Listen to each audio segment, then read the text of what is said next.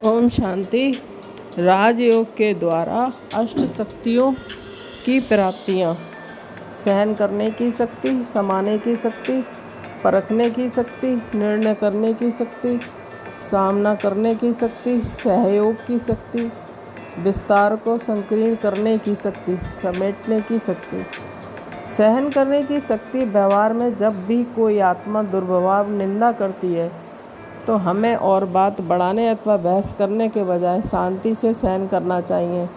ऐसी गंभीरता द्वारा सहन करने की शक्ति हमारे में बढ़ जाती है। समाने की शक्ति: कोई भी परिस्थिति आने पर उसमें विजयी बनने के लिए साहस, गंभीरता, अंतर्मुखता और फरागदिल बन समाने की शक्ति को अपनाना चाहिए।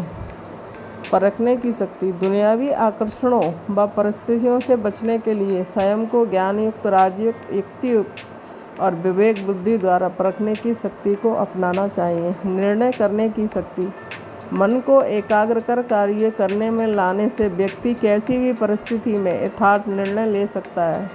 जैसे एक तराजू में कुछ रखने पर उसका सही निर्णय तभी मिलता है जब उसके बीच का कांटा एकाग्र होता है। इसलिए व्यक्ति का सही या गलत निर्णय का आधार उसके मन और बुद्धि की एकाग्रता और संतुलता पर होता है। इसे ही निर्णय करने की शक्ति कहते हैं।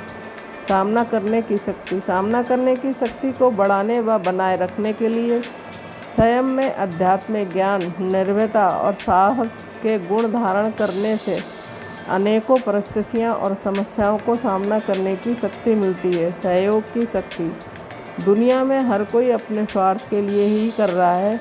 किसी को सहयोग देने के लिए न भावना है, न ही उसके पास समय है। जबकि आपस में हमारा अच्छा स्नेह युक्त संबंध है, तब एक दूसरे को सहयोग दे सकते हैं। सहयोग की शक्ति से नफरत और द्वेष की भावना को समाप्त कर स्नेह और नॉलेजफुल का गुण धारण करना आवश्यक है। विस्तार को संकीर्ण करने की शक्ति: कछुए की विशेषता है कि वह अपने अंगों को विस्तार में भी ला सकता है और संकीर्ण भी कर लेता है। जब उसे काम करना है तब वह अपनी इंद्रियों को विस्तार में लाता है, और जब वह कोई खतरा देखा तो अपनी इंद्रियों को संकीर्ण कर लेता है। वास्तव में इससे हमें भी प्रेरणा मिलती है कि हमें भी अपनी कर्मेंद्रियों को जब काम करना हो तो विस्तार में लाना है, और जब काम पूरा हो गया अपनी कर्मेंद्रियों को समेट लेना है और अंतर्मुखी स्थिति में स्थित होना है।